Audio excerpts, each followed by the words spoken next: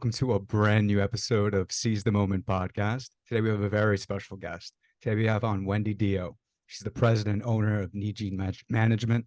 Over the past 30 years, she's been involved in many aspects of the music business, receiving rewards from performance and Polestar for its stage set design and concert video production, along with serving as executive producer on numerous gold and platinum albums.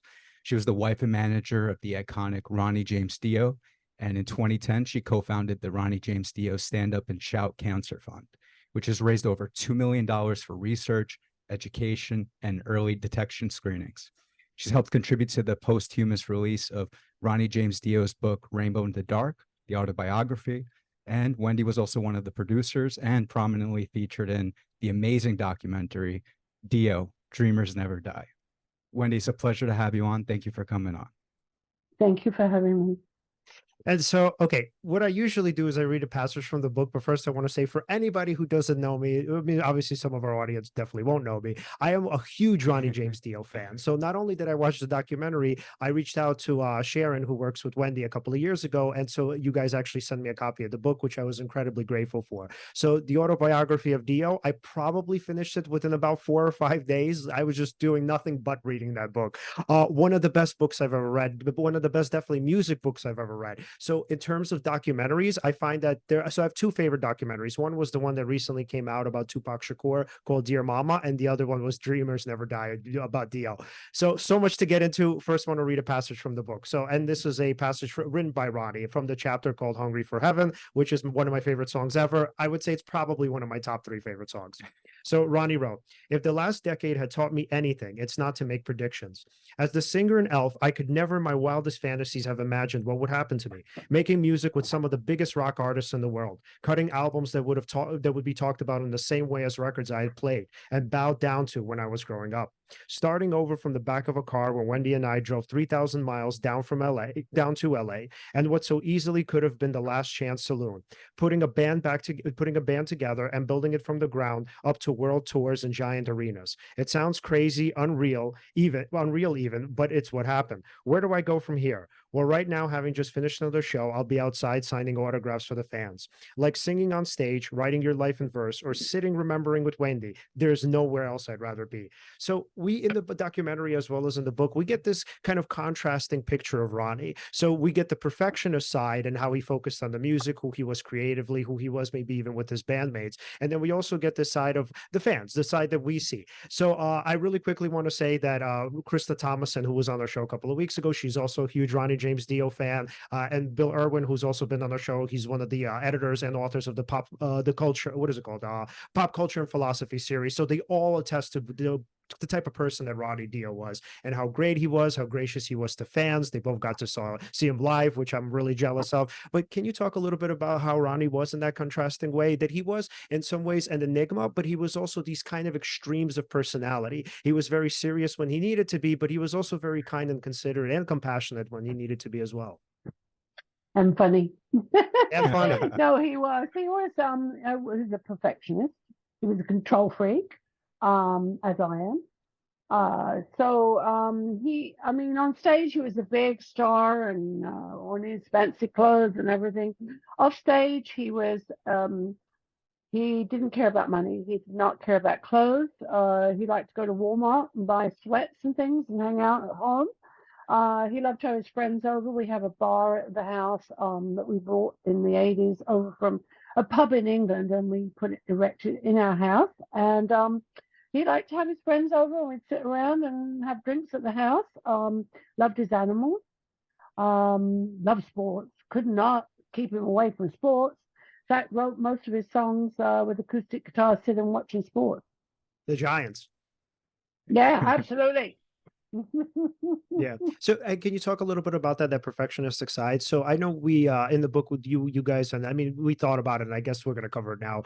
So the fact that he actually didn't like the song Rainbow in the Dark initially, which is obviously an all-time heavy metal classic, and I would just say a classic of music in general. But what was that like, I mean, from your end and seeing the perfectionist? Because I'm sure what probably was happening was a lot of you as bandmates especially were thinking like, this is like marvelous. Like, how do you see flaws in this? I mean, Charlie Chaplin was another example. He was also notoriously perfectionistic, where people would look at him and be like, dude, like, this is perfect. What are you thinking? No, Ronnie always like with Rainbow in the Dark, he thought it was getting too commercial again, and he felt like he did not want to be commercial. He wanted to do the things he wanted to do, but he got talked into keeping it, and I'm glad he did. He's even glad he did because it's a great song. It's a great song, and it needed that keyboard part in there. Mhm. What was so commercial about it? Like, is it that it just wasn't like his authentic kind of sound? Is that what it is? Yeah. Same as like Mystery. Mystery was the turning point where he did not want to be. He did not want the way the band was going. He felt that it was getting really into what he did not want in Rainbow, where they wanted it to be more commercial and things. He did not want to do that. He wanted to write his epic songs with the stories that he told in there, which was always about good and evil and overcoming your things that you need to do in life, that you need to be the best you can, and just never give up. Yeah, so with Rainbow in the Dark, so I'm sure when you guys heard even the riff in the beginning, I mean, it felt like it was this amazing thing. So what was it about it specifically that he felt like it wasn't for him, it wasn't sort of his niche? What did he think it was going to turn out to be? I think it's the keyboards that bothered him Mm, in it. I think that's what, because the heavy metal band, it's the guitar that is the dominant force, and I think he felt that the keyboards was overbearing the guitar. mm. And how was he talked into finally keeping it? Everybody was like, no, you have to keep it. You have to listen more. You have to listen more. And Ronnie was, as I said, he was a perfectionist, but he wasn't. He would listen to what other people said, and if he felt that they were right, he would go along with what they said. He wasn't like it's my way or the highway all the time. So what was that stubbornness you think? What was it about, especially creatively? What was the thinking going on? No, his creativity. He just was such a creative person. I mean, he never stopped thinking music. His whole life was music. Yeah. Yeah, because I know he clashed, especially in the beginning, with Ritchie Blackmore. So for our audience, for those who don't know, he was a part of Ritchie Blackmore's Rainbow.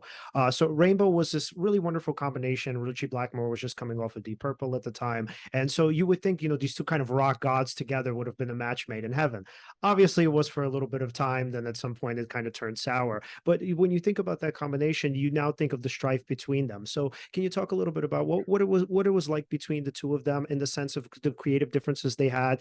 Kind of how did they sort of meet up? How did they get together? What did they have as a vision for the band initially? And then how did they end up going their separate ways?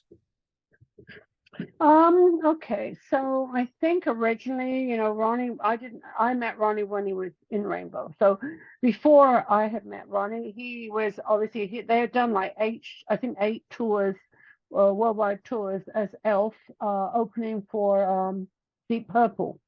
And Ritchie had come to really admire Ronnie's singing ability, and so they went off and wrote a couple of songs, and then that's when he decided to ask Ronnie to join the band. Well, to form a band with him. Actually, the first Ritchie Blackmore's Rainbow is all of Elf except for the guitar player. So he took the whole band, but then one by one got rid of the people, as he always did. And Ronnie and him had a very great creative thinking together. Ritchie wanted medieval music. Ronnie was always loved back in those times. And so it was a great creativity between the two of them. I think just as it went on, Cozy came into the band, which was fantastic. Jimmy, unfortunately, was let go, which was, Ronnie's really true friend. Um, and then it just became that the record label and people were in Ritchie's ear saying, you got to be more commercial, you got to be more commercial, you got to write love songs. Well, that to Ronnie was like, no, I do not like love songs. No. So it came to a head where Ronnie and him parted ways. And I was with Ronnie then. I met Ronnie when they had just finished Ritchie Blackmore's Rainbow, the first album. And I met Ronnie then. They had finished the album, but they had not toured yet. So that's when I met Ronnie. I came into the picture. So I know mostly about everything about Rainbow because I was there. I wanted to ask you, since you mentioned that, and did you meet him at a show, or how did you guys actually officially meet? No, I met him at the Rainbow. I was working at the Rainbow as a waitress.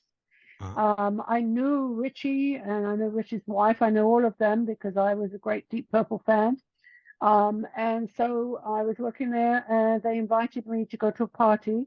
They were having a party up at the in Hollywood Hills at a house they were leased, and I went up there, and Ronnie was following me around, and I was like, too short for me.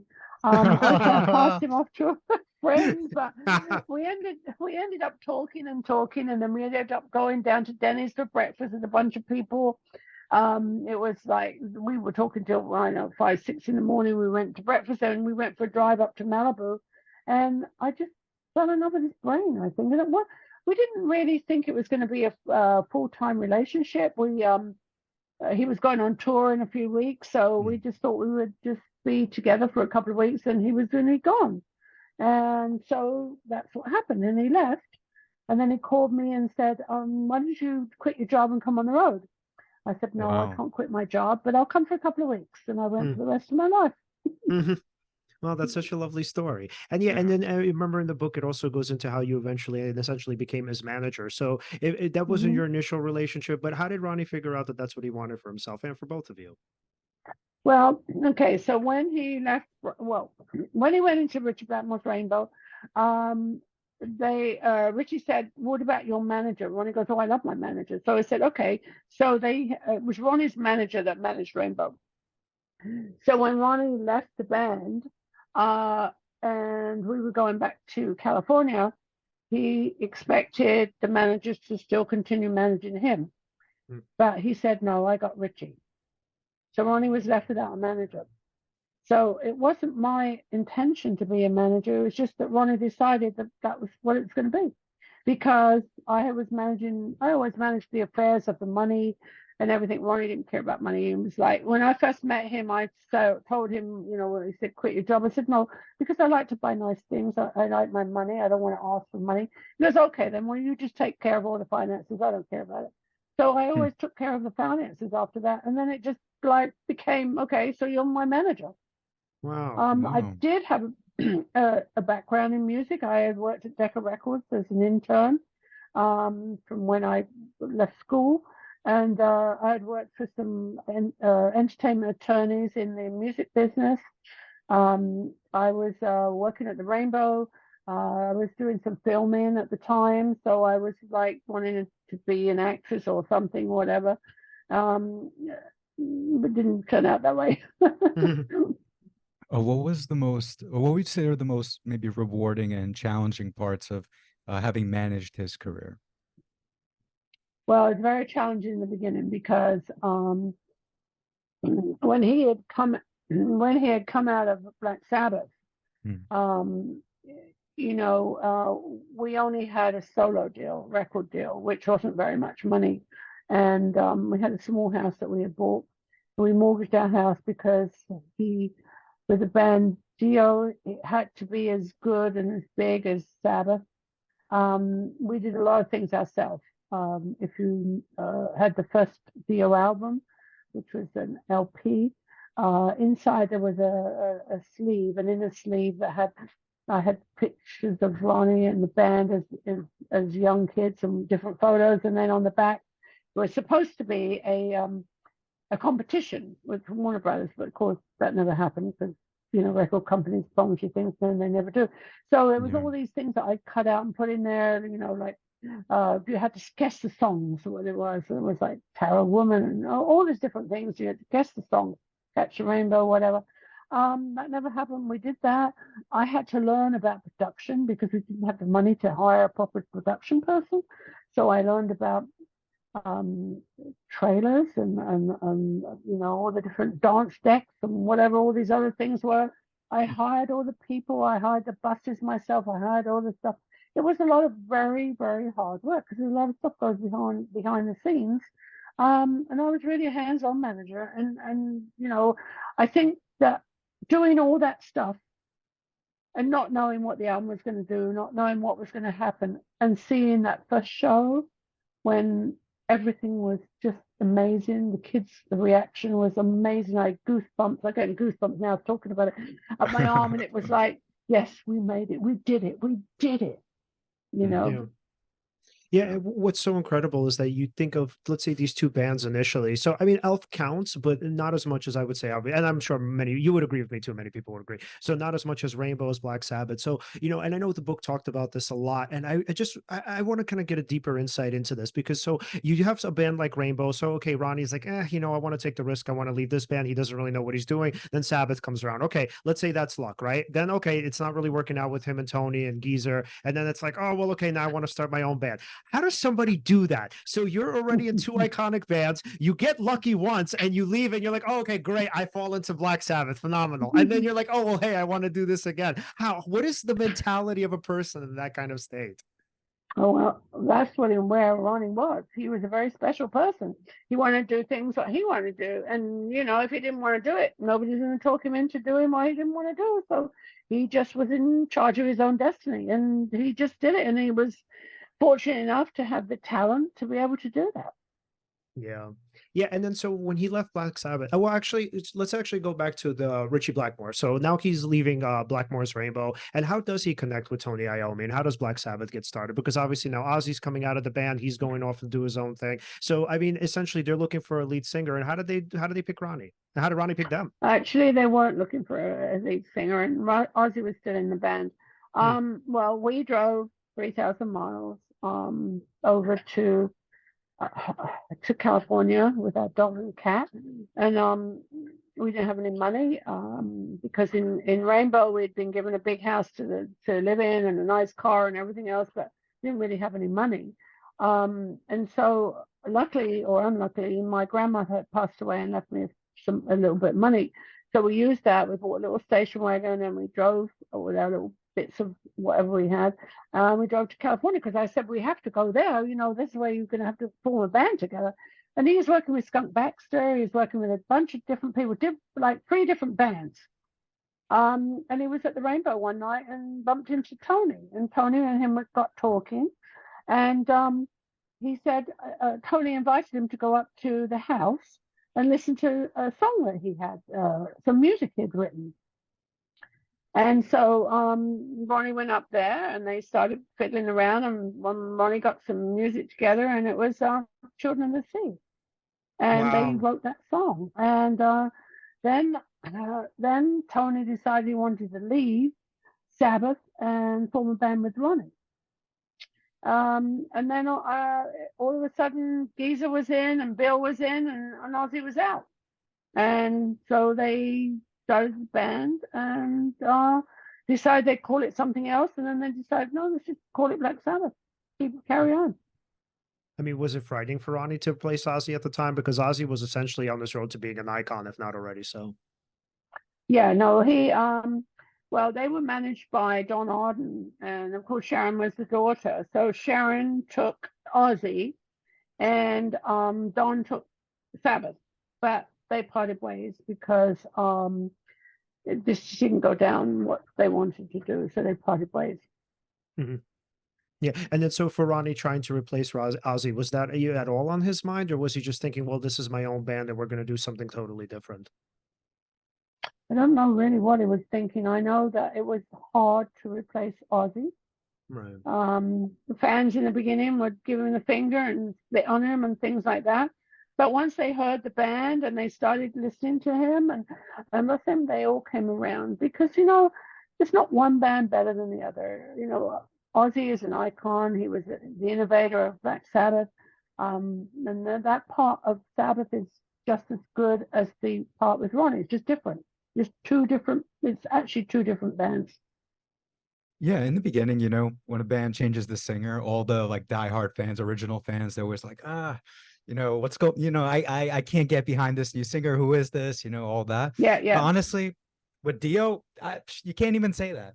He was so amazing that like that transcended that. Like when people actually first heard him, they're like, oh, okay, I don't care. Okay, not Ozzy who, but you know what I'm saying. Like they were cool with it, right? Like Yes. I even got that vibe kind of from the documentary. Who was it? Was it Sebastian Bach in the documentary? I don't remember now because I saw Oh, it he when was. Yes, Absolutely. Yes, he was yeah, definitely in it.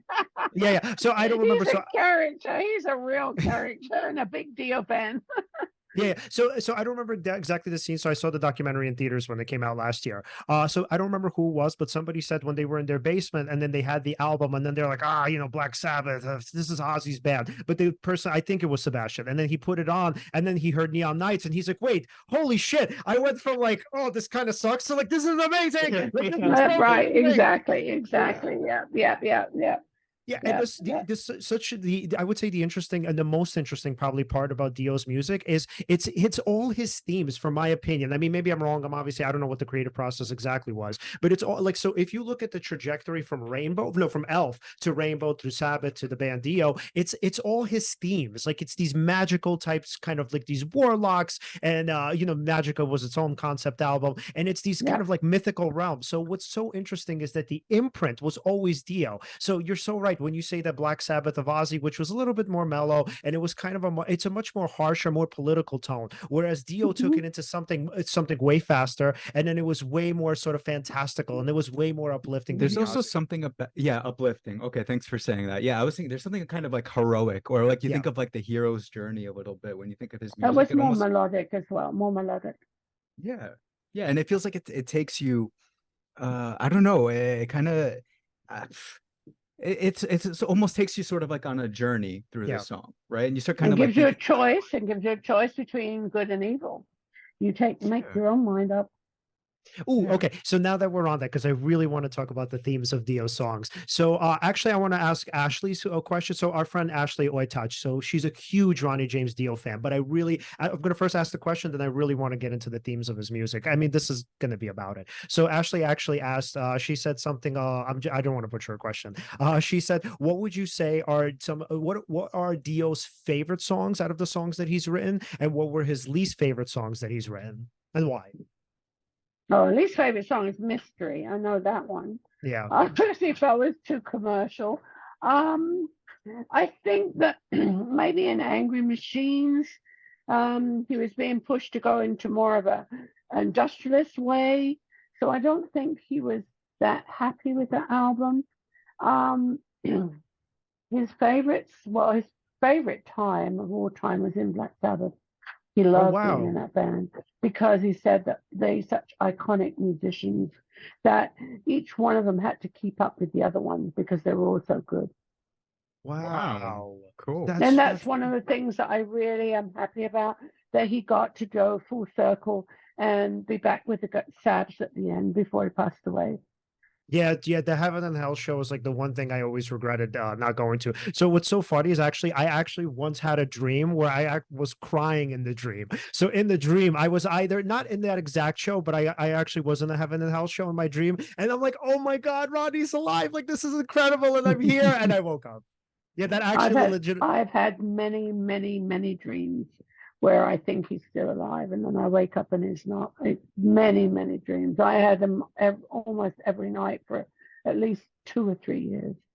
Oh wow! I mean, any sort of themes that you would be okay with talking about within the dreams? Just thinking about, we'd just be going somewhere or doing something or just, watching TV or even playing with the dogs, just something. It was so very strange. And then he was going to go on tour and I was, he's all better now. We're going to go on tour. I'm fixing it up. I'm making plans and everything. And then it's not there.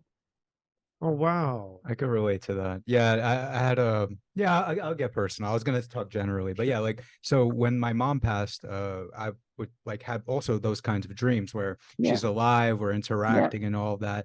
And then it feels so real. You're It right does. there. It feels really real. Yeah, exactly. And then you wake up and you're like, there's that I mean, on one level it's good. It's like a good reminder, how you felt about them, how you feel about them. Another level, I'm like, damn, I hate that. Like you almost kind of wish the dream was true or it's actually happening, but definitely relatable. It's a bittersweet. Yep. Yeah. Yeah, and then we were thinking also about just Ronnie's philosophy, and obviously since you mentioned good and evil, so Ronnie had a lot of so again, I don't want to because I don't want to kind of mix it up. Okay, so I want to actually get to the magic part a little bit later. So Ronnie's first focus was on good and evil. So the way I kind of understand it from just reading about Ronnie, listening to his interviews, is that for Ronnie, he wasn't much of a, I guess, religious person, even though he does seem to have religious imagery, symbology in the songs, symbolism in the songs. So what is it that kind of Ronnie thought about good and evil, and why was it so important for him to just for him to talk about it, and then for him to tell us about the choices that we have in relation to it? So how did it kind of mesh with the spiritual side? Because on the one hand, it didn't seem like he was very religious, but on the other hand, it seemed like whatever destiny you created for yourself in the context of that duality was really important to him. Wow. Well, because he was an altar boy, he was brought up in a very Italian Catholic family. His mom used to go to church every single day. And so that was kind of in his persona, he's pushed into him. But then he would question things, especially when the priests were, being sexually abused, the kids and stuff. So that he was very against. But he wasn't really religious, but he believed in something. He believed in something was there, something. But he couldn't put his finger to it. He believed a lot of things that it came from your heart. So you should be a good person because you need to be the ultimate being. And I think Ronnie became the ultimate being at the end because he was such a good person. And they broke the mold when he passed away. He was just such a good person. He did so many good things that nobody knew about. I mean, he did so many things for charities, all different charities, autism and kids and stuff, that he didn't even care what was going on. I mean, he saved a kid's life for 6 months. The kid ended up killing himself anyway. But, he got a call. He was playing in Atlanta and he was on his way back. And I got a call from the police. And they said they needed to speak to Ronnie. And I said, well, what do you want? Oh, well, we can't tell you. I said, well, then I can't tell you where he is. And so they said, well, actually, it's a kid who's on a tower who's going to throw himself off the tower unless he speaks to Ronnie. Wow. So I said, so what do you want me to do? They said, well, we need Ronnie to go up there. I said, well, he's traveling. And it was like a very hot day. And this kid had been up there, this 19-year-old kid. And so I called the limo company and I said, when he starts, he gets off the plane, tell him to call me immediately. Mm-hmm. So he called me. I told him. And so, yes, he said, yes, of course I will. And so they had a police escort. They put him on a cherry picker. And this kid been up there for hours. And so Ronnie said, what the hell are you doing? Come on here. I want to give you a hug. And the kid immediately got onto the cherry picker with him and they brought him back down. The police grabbed the kid and Ronnie said, no, wait. I said I was going to give him a hug. He gave him a hug. A woman threw herself on the floor and was hugging Ronnie's feet, and it was his mother. And he saved that kid for 6 months. The kid actually did end up throwing himself and killing himself, but the mother always said we had 6 months more because of Ronnie. Oh wow! And that's the kind of things he did that he never told anyone about or anyone knew about because it was something that was private. Right.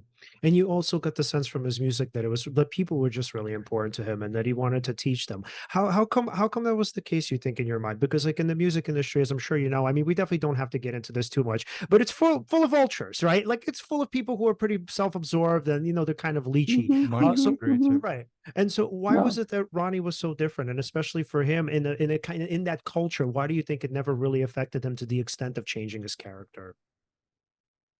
I think he came from very humble beginnings. His grandfather worked in a steel mill.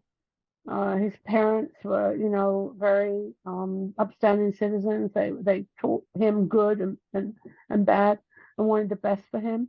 So he had very good values. But then I think that because he was short and he wasn't the sort of person that becomes a rock star, he felt that a lot of the fans were too tall, too fat, too this, too that. A lot of fans were like people that other people made fun of or whatever. And he was so against the bullying thing. And he just felt that these people were like him, struggling to do something that they wanted to do. And so therefore he started to just write about dreams and like, don't give up, or good and bad you can pick, but you pick what you want and you follow it through, and you just, do the best you can, and don't let somebody else think that they can tell you what to do because they're right and you're wrong, because you're not. Wow, it's oh my god, it's so hard to even follow up on that. That was so amazing. Oh my god. Okay, I'm gonna be like the biggest fanboy ever. Okay, so when we're thinking about now going back to themes, when we're thinking about like the sort of, since you mentioned the hero's journey, right? Why was it that for Ronnie, again, I'm just going away from good and evil a little bit here. Why was it that for Ronnie, magic was such an important concept in that hero's journey? Because it wasn't just about, hey, you can do X, Y, and Z to fulfill your goals. It was more like about fantasy and about creating magic out of your life. Why was that so? Oh yeah, he was very, he read a book a day. He loved the old medieval times. He loved the knights. He loved all that fantasy stuff. He loved to read sci-fi books. And so that's what he decided that was what he was going to write about. And that's what he wanted to go back in, that kind of a bygone age. He wanted to write songs that were like riddles. You had to figure out what he was writing about. Was it this or was it that? But each person could make their own mind up about what the song was written about. Yeah, and there was this great quote from the documentary, which I really loved. This was super touching. So the quote was, "Be ashamed to die until you've won some victory for mankind." And yeah, again, going back to his music, it was so important for him to not only just create something, but just to uplift people, but to create a sort of blueprint for them.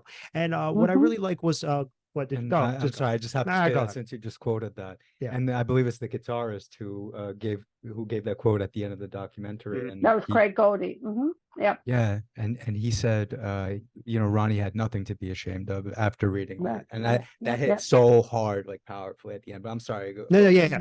So yeah, okay. So and then I remember like going back to the Magic album, which is actually one of my favorites. Again, it was this concept album about magic. So what is it that Ronnie hoped to achieve in kind of bringing that medieval world to our world, right? So why was it for him important to incorporate fantasy into, again, sort of this hero's journey or into our own well-being? Because it seemed like for him, the way to kind of combat mental health issues, and I'm not saying this was the only thing, but for him to kind of combat our own struggles was to infuse life with magic. I mean, the song "Rainbow in the Dark," right? He says, "I cry out for magic. I feel it dancing in the light. It was cold, lost my Right. hold to the shadows of the night." Yeah. So what was it about magic that was so fascinating for him? Besides, let's say, the medieval aspect of it, why did he think in some ways it could kind of save us? Well, because magic tricks. You can do magic tricks and you can be somebody you don't want to be, or you could be somewhere else. Some things that disappear are maybe not there, but they are there. And with Magicker, he wanted to write, that was supposed to be a trilogy. Supposed to be 3 albums. He wanted to be like a rock opera. Yeah. Unfortunately, he never got to write the rest of it, which he really wanted. He really wanted to write that. That was a story. And good, again, good versus evil. Yeah. Yeah. And the question I've always wanted to ask you guys, so I know he was against love music, or at least to whatever extent, but in that album, he has a song as long as it's not about love. How did he change his mind there? Why did he write that song? Well, because that was part of the story of Magica, about the one that was there, that would be loved and carry on the lineage.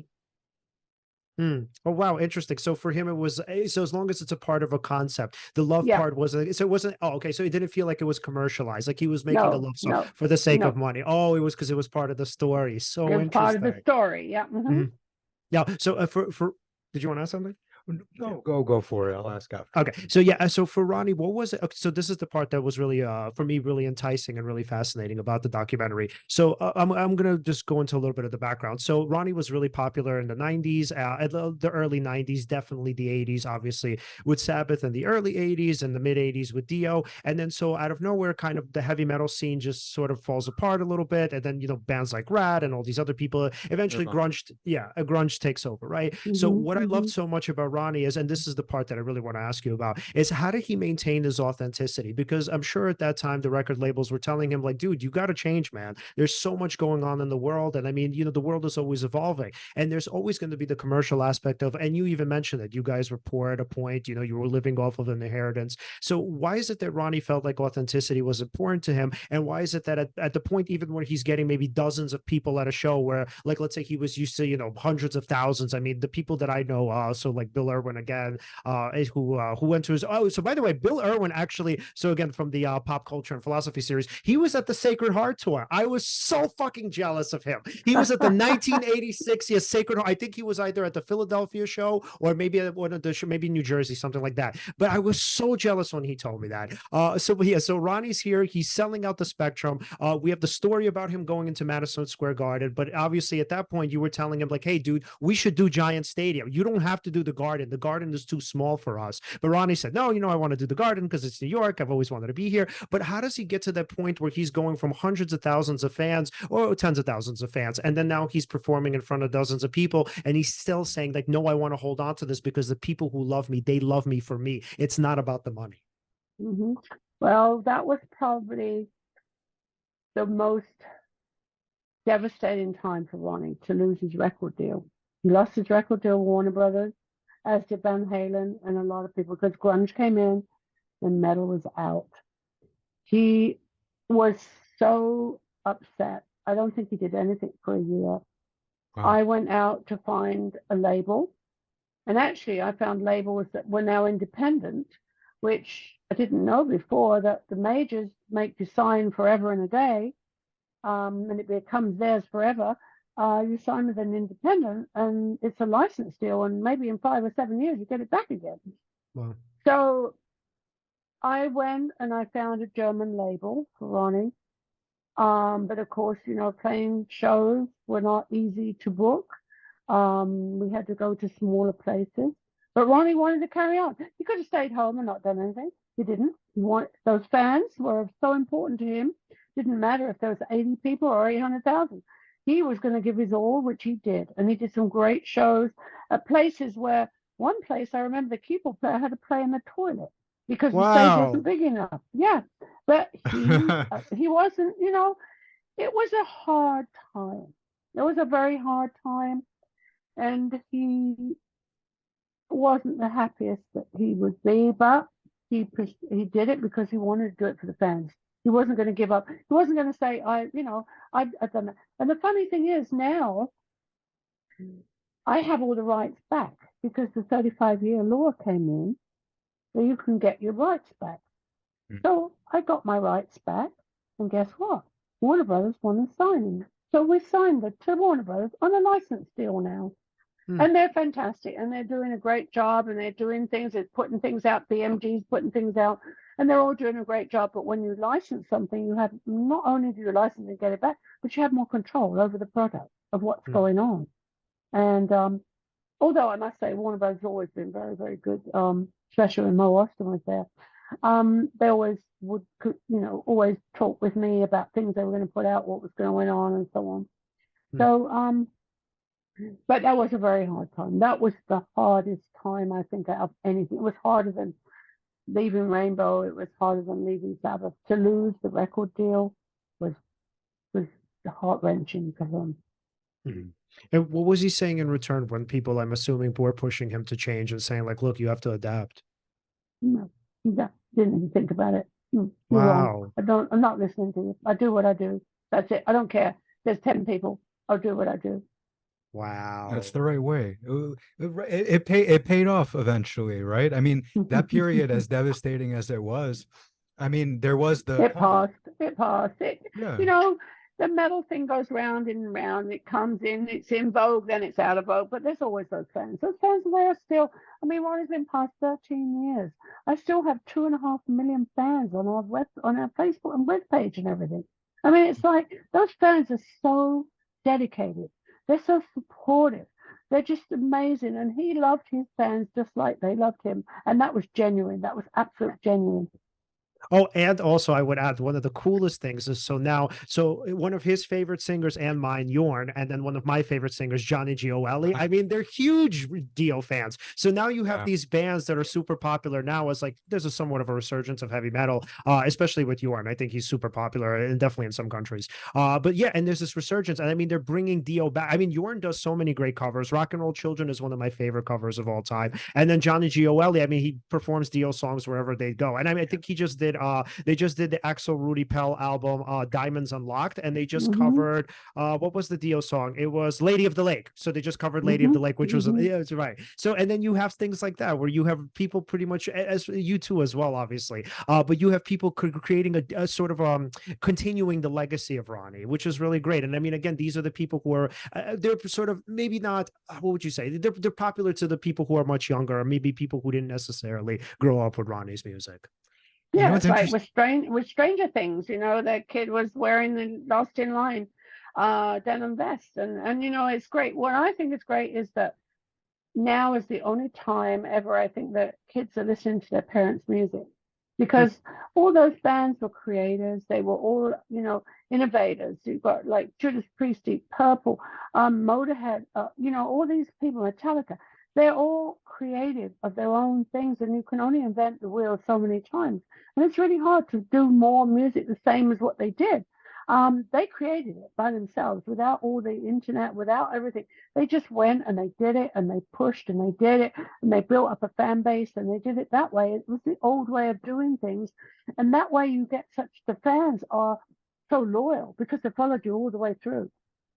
Yeah. What were you going to say? Oh no, it was actually literally what she was. Oh, okay. That's what you're gonna. I love it. So yeah, and you since again, I'm going to go back to the music a little bit. So my favorite song ever is "Hungry for Heaven," and so I just want to talk a little bit about that because it's amazing. So what you often get in music is you get these songs that are just they're sort of about the bright parts of doing something great, of let's say success, having your dreams come true. But the one line in "Hungry for," well, I mean it's a repetitive line, but it's the one line in the verse where in the chorus, I'm sorry, where he says, "But you need a little hell." So that song always resonated with me because I think for the most part, when we try and we think of success, we never think of the downsides of it and some of the struggles that we have to go through. So the song begins and he talks about it's but you're a dancer, but you're dancing on air, just a matter of time till you fall. And then I remember when I heard that the first time, I'm thinking like, wow, holy shit. Yeah, you're on this road to success, but you're not understanding that there are going to be significant setbacks. It's not just going to be success, but you can't give up. And so why I love that song so much. And by the way, and it's also for our audience, it's from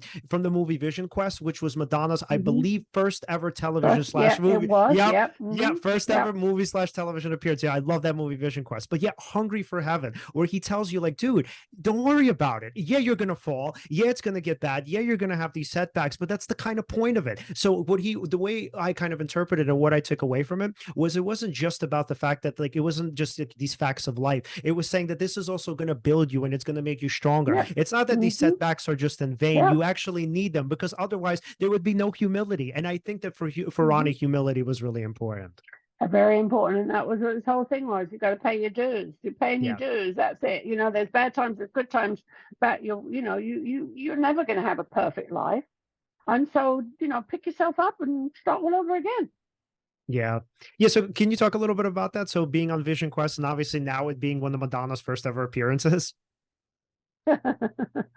Well, that was something that came about by the record company, and didn't know if he wanted to do it or not. And then, I'll do it. Yeah, and he did it, and it's a great song. It's actually a shame because it's not that well played or known. In fact, I'm very surprised that you picked that song. Oh my God, yeah. And by the way, I even love the cover of it by this band called Brother Fire Tribe, if you've ever heard of it. No, but I'll listen to it. Oh my God, I'm gonna send it to you. Oh my God, that's so funny. Watch, we're giving these guys a plug over here. Yeah, no, it's amazing. It's a really, really great cover by this band. Yeah, so Hungry for Heaven, you're right. So it isn't a song that's well known. I think for the most part, people focus on like Heaven and Hell. Obviously, Rainbow in the Dark is the popular one. But the thing is with Hungry for Heaven, again, it tells you something that you can kind of hold on to. So a lot of the songs which I love are, again, they're very kind of fantastical, but something like this to me seems a little, it feels a little bit more practical. So the thing that I love about Ronnie the most is that going back just into his story, and again, the song, it inspires you to keep going because it tells you, like, dude, again, these setbacks are okay. They're supposed to teach you. And I think for Ronnie, education and learning was super important. Like all throughout all of his music, all you hear is that it seems like for him, maybe I'm wrong about this, but it seems like for him, everything negative or positive had a purpose. Absolutely, absolutely. If you listen to Invisible, you'll know that that was written about kids, don't quite know what sex they even want to be. But, it's like the lady and the man that, but you want to be invisible. But don't be invisible. Be what you are. If you listen to that song. Yeah, wow, wait, so that was about trans kids or potentially? Well, it's about all kinds of kids. Trans kids were included in it. Kids that were, having a hard time at home. Kids that were, going through different changes and didn't quite know what they wanted to do or what they wanted to be. But, Wow. be yourself. Be yourself.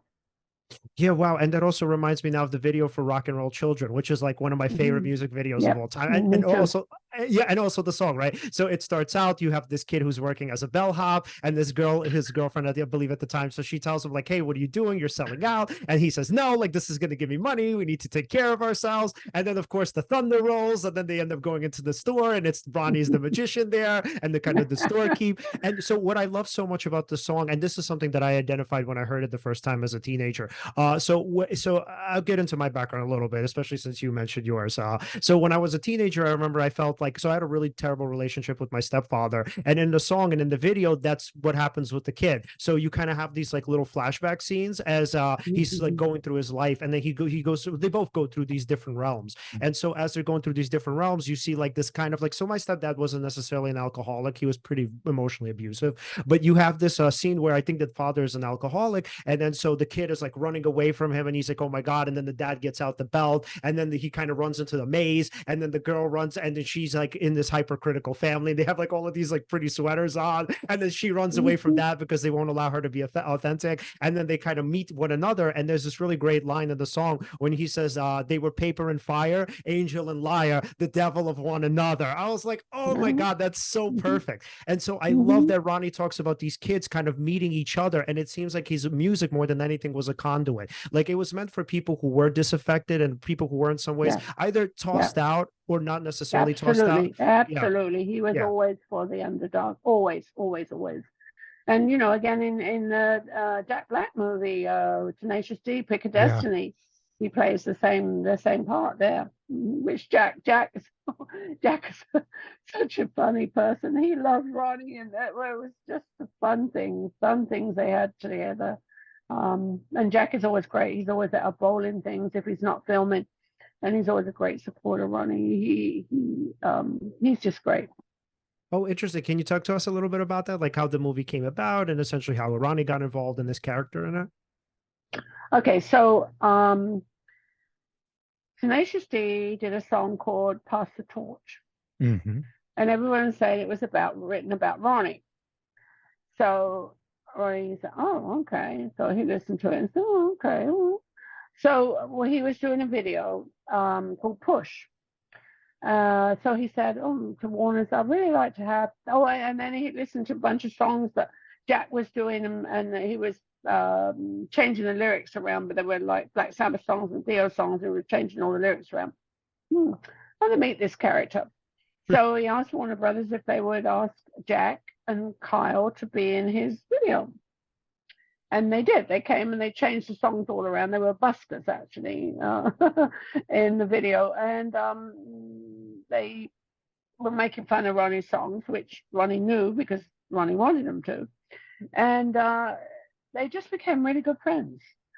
And then Jack was doing the movie, and he wrote to Ronnie and said, I want you to be in the movie. I really want you to be in the movie and play yourself. And so Ronnie did.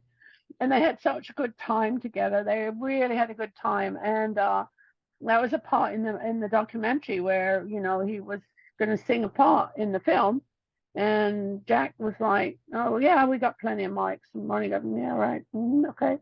He didn't say anything. And then, the microphones could not muster his voice because his voice was too strong. I thought that was hilarious too in the documentary. Like they're like, okay, no, we have this Sennheiser, we have this Mm-hmm. Robotron, blah blah blah blah blah. Mm-hmm. And then all of a sudden he's like, okay, but I mean, he didn't literally say this. But he's like, okay, so I guess we'll try, my microphone now that I brought in the first place. He does it, and then they're like, oh, this sounds amazing. No distortion. Yeah. I was like, oh, He had okay. a custom Shaw microphone that he always used. Yeah. Yeah, But that was fun. It was a fun time, real fun yeah. time doing that movie. It was really fun, and we had such a fun time with Jack on that. For me, I got introduced to Dio. I was really young. MTV was on, and there was a music video playing. That was my first time ever seeing him. I don't even remember what song it was. I swear, I was like 4 or 5, something like that. Then, believe it or not, I mean, I don't feel weird about saying this, but like the next time I was reintroduced to Dio, it was actually Tenacious D. And then when I actually, yeah, and I forgot how old I was when I saw the movie. It was 2006, I think it came out. So yeah, I'm like in early high school. I'm a sophomore or freshman high school at this point, right? So I'm like, oh, cool. Like I'm really into it. And it kind of puts me back into like this, like getting back into metal, power metal, all of that. And then just like, and this is weird. This is kind of just like the documentary showed it, but even Guitar Hero, like me and my friends would actually play that game Guitar Hero. They'd have Holy Diver in there. And it just kind of brought like me back to that kind of space, and I'm really thankful for that. And it's I don't know how else I would have come to it, but it's like a cool way to kind of like get someone who maybe wasn't like exposed to him so much, kind of into his music. Yeah. Yeah, when they at that time MTV you're talking about, they had spent a whole bunch of money on doing the Holy Diver album, the song Holy Diver. They had some time left over, so they just said, "Oh, we'll just go up on the rooftop and do Rainbow in the Dark." And nobody played Holy Diver. They all played Rainbow in the Dark. And Ronnie loved that video. I said, "I look so tall in that video." I love that. Sebastian wanted those white boots. Oh my God. So awesome. And I know we asked what was Ronnie's favorite song, his least favorite song, but I'm actually curious, what was your favorite Dio song? It's a great I question. have several. He wrote Rainbow Eyes about me. So my eyes changed color from blue to green. Wow. So that's one of my favorite songs. I love Stargazer. And I love Gates of Babylon, because Gates of Babylon, I was there at Hérouville in France when they were making that album. And I just heard that song Babylon, and I was like, oh my God, I'm being carried away on a magic castle somewhere. That's what it makes me feel. And I love the songs that make you feel like you're being taken away somewhere. And now I love This Is Your Life, because I feel that Ronnie had a premonition of something that he had to write a song about. This is your life. Do what you do in it. Just don't throw it away. Just do the best you can, because this is your life, not getting any more. No, I love that. And I also have to ask, going back to the Tenacious D movie. So I also, when I was a kid, so my two favorite singers at the time, and even still, I mean, I would argue, are Ronnie Dio and Meatloaf. So what's so cool is that in that first scene, you have Meatloaf and Ronnie Dio. Oh, and yeah. I was blown away. I was like, how did we get to that? What the hell is happening? So I wanted to ask with Ronnie and Meatloaf. So how familiar were they with one another and just each other's music? Would you know? Oh yeah, Ronnie was a great fan of Meatloaf, and vice versa. They got on really well. They really liked each other, and I think that when you get on with people, it makes everything better. Everything gels so much better when everyone's liking each other and nobody's got their, their high hat on or their ego or anything else. And they just it's like when we did Hearing Aid. Nobody had an ego there. Everybody was just it was just such a fun time, and everyone just did their best, and it was really cool. Oh, okay, yeah. Can we talk a little bit about that? Because there was something on my mind too. So you, at this time, you have the Live Aid, which was really important. Obviously, so with Michael Jackson, Quincy Jones, and whatnot. So how did Ronnie put this all together? Because I mean, he was the mastermind.